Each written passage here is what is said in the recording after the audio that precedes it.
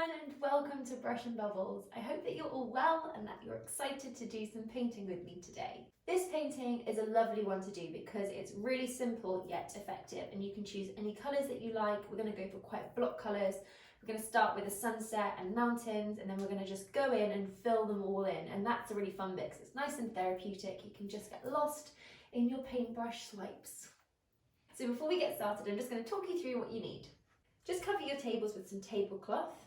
You'll need a canvas. I'm using an 8x10, palette for your paints, a couple of different size paintbrushes. I've got a medium square shaped and a smaller pointy one, kitchen towel, acrylic paints, a cup of water, and then I would also just go grab yourself your drink of choice. So before we get started, you can decide whether you want to paint your canvas in landscape or in portrait. It's totally up to you. For this painting, I have got the following colours of paint: yellow, pink, magenta, white, green, black and blue. To start with, we just want to map in and draw out where we want our mountains or hills to go. So for this, I'm going to use my small brush, and we just want to mix up a really light shade. So I'm going to be going for more like blues and greens for my mountains. So what I'm going to do is just mix up a very light shade of blue. So that's predominantly white, and then just the tiniest bit of blue, mix it all up. Once you're happy with that shade, all we're going to do is just draw in where our mountains are going to go. So I think I'm going to have 3 mountains in my painting, and I want quite a lot of sky. So I'm just going to map out where the sky is going to come down to. So I'm going to start my mountain about just under halfway, and you can just start drawing them in with this shade. Don't forget to wrap it around the side of your canvas as well. Now don't worry too much about these marks because we are going to be going over them. It's just so we can see where they're roughly going. So then what we want to do is draw in our second mountain. So again, just be really free. You don't want to mirror the first one. You want it to look slightly different. So I might have it dipping down first and then coming up. It might even overlap slightly with your first mountain.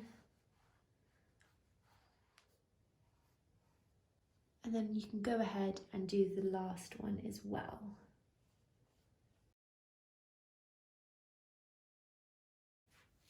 So once you've mapped in your mountains, we're just going to leave this bit for a while. I'm going to move on to our sky. So just wash off your little brush. We're going to move over to our medium shaped brush. So this is your chance to decide what kind of sky you want to do.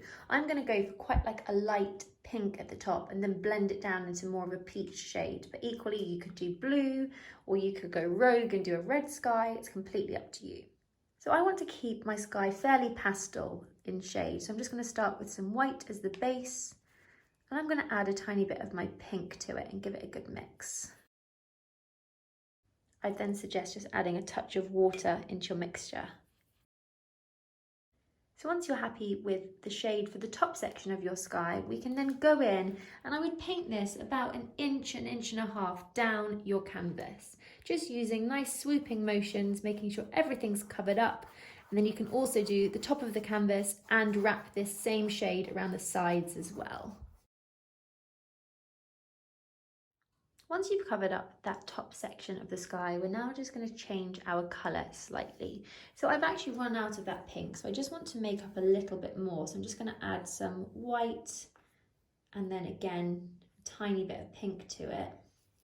Now because I want to do quite a peach shade with my sky, I'm just going to add a little bit of yellow, just a small amount, into this mixture and give it a good mix.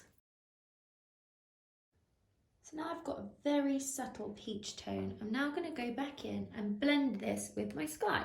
So to blend it, you just want to eliminate all the paint from your brush onto the canvas. So just sweep it underneath that line where your first shade went. And then once your paintbrush has got rid of most of the paint, you can then go back over the top of your pink shade with the peach colour, or whichever colour you're doing. And I literally just like to do backwards and forwards motions with my brush. It's nice and relaxing, but just don't be afraid to actually, I've got a hair there, to overlap the previous colour. So I've got a very subtle change in tone for my sky, and now all I'm going to do is go back in with a little bit more yellow into this mixture just to make it slightly more orangey peach. As soon as you're happy with your next shade, we're going to do exactly the same thing. I'm going to paint a line underneath the previous shade, get all of the paint off my brush. When I'm happy that I have, I'm then going to overlap that previous shade just using backwards and forwards swooping motions with my paintbrush. And then we can bring this same shade all the way down to meet the top of our first mountains. And as you do this, I would suggest you can just be quite careful, but don't worry too much because we can overlap the mountains with our sky, just so it looks like the sky is coming down behind the mountains.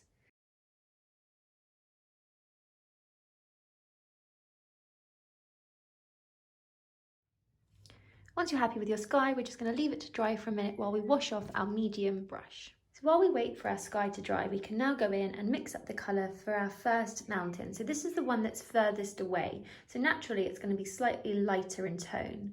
So what I want to do for this one is do a sort of turquoisey light blue shade. So I'm actually just going to use the dish that I had when I mixed up my first colour for the mountains that we drew. And I'm just going to add a tiny bit more blue, a little bit more white, and then I'm going to introduce a tiny bit of green, give it a good mix. So a little tip, I would just make sure you're mixing up enough of this shade to cover your whole mountain. So if you don't think that you've got enough, just add a little bit more of each of those colours until you're happy with the shade and that you've got plenty of paint. So once you're happy with your shade, what we're going to do is just carefully fill in our first mountain. Now, if your sky is still quite wet, just start at the base of them and then you can bring it up so it can overlap the sky. So just start very carefully filling in that first mountain, the one that's furthest away that touches the sky. And I'm just using my smaller brush, but you can use any size brush that you wish. I'm just leaving that little gap for now to let my sky dry a little bit more.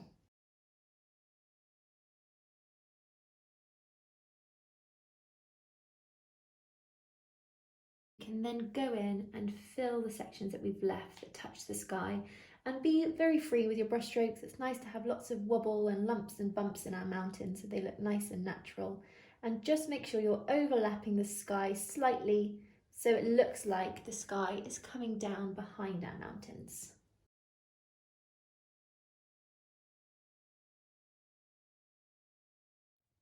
When you're happy with your first mountain and the paint is nice and thick and you've covered up all of the canvas, we're now going to move on to our next mountain and our next shade.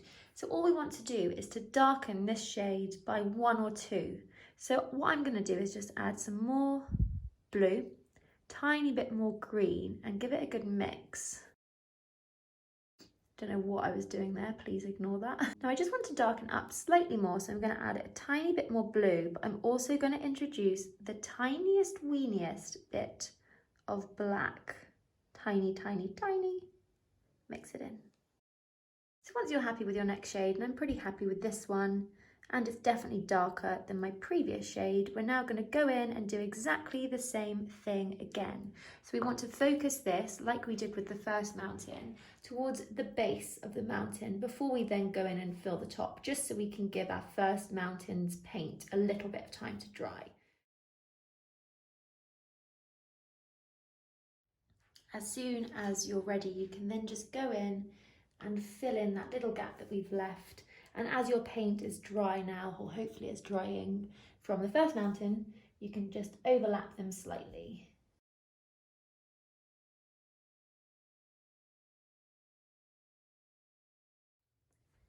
As soon as you're happy with your second mountain, we're now going to move on to create the colour for our very last mountain. So again, all I'm going to do, because I've run out a bit of paint here, is I'm going to start with some white as my base, and then just going to add a little bit more blue, a tiny touch of green, and I'm just going to mix that back up again. All I'm going to do now is just add in some more blue, again a tiny touch of black, and give it a mix. I then might also just introduce a tiny bit of pink. Now this should give it a little bit more of a purpley tone. And now I'm just going to carry on adding a little bit of blue, tiny touch of pink, and even a tiny touch of black until I've darkened up my colour so it's a little bit of a darker shade than my previous mountain. If ever you want to test your new shade against your previous one, you can always just paint the side of the canvas just to test it to see if it's actually darker and if you're happy with how dark it is. I think I'm happy with that. So I'm going to paint this all along the bottom section of my mountains, and I'm going to wrap it around the edges and along the base.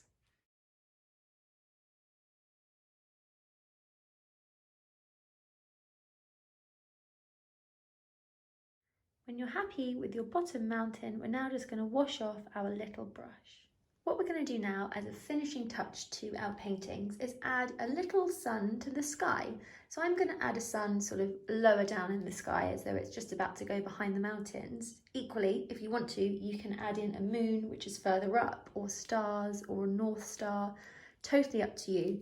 All I'm going to do with my small brush, which is nice and clean, is just mix up a very pale yellow. So I'm going to start with white as my base and then add a little bit of yellow and give it a good mix. As soon as you're happy with the colour for your moon or your sun or your stars or whatever you want to do, we're now just going to draw it in.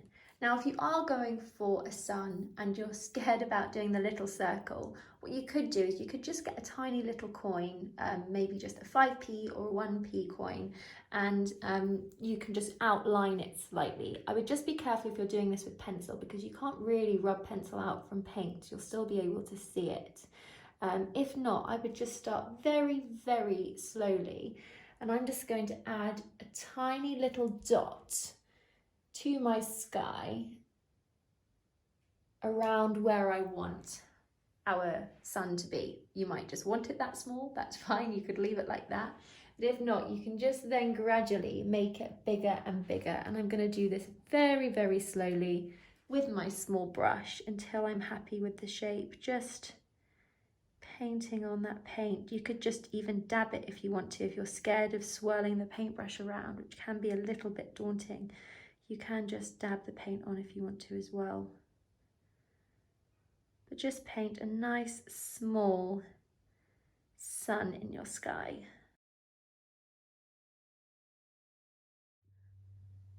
Please don't worry if your sun isn't completely round. It doesn't need to be. It's fine if it's got a little bit of wobble in there. It can be quite stylized, and believe me, you could keep going and going until your sun is huge, and trust me, you're probably the only one who's going to be noticing it. Once you step back and look at the whole piece all together, you won't notice it.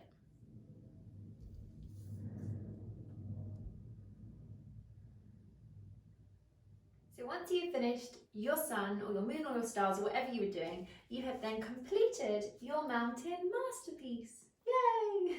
I hope you all enjoyed that. If you want to carry on painting and you're really enjoying it, as another extra, you could even outline all your mountains with white or black paint. It makes it a little bit more stylized, but it also looks quite interesting. So you might want to have an experiment. If not, and you're happy, then you have completed your painting. Thanks everyone. Bye!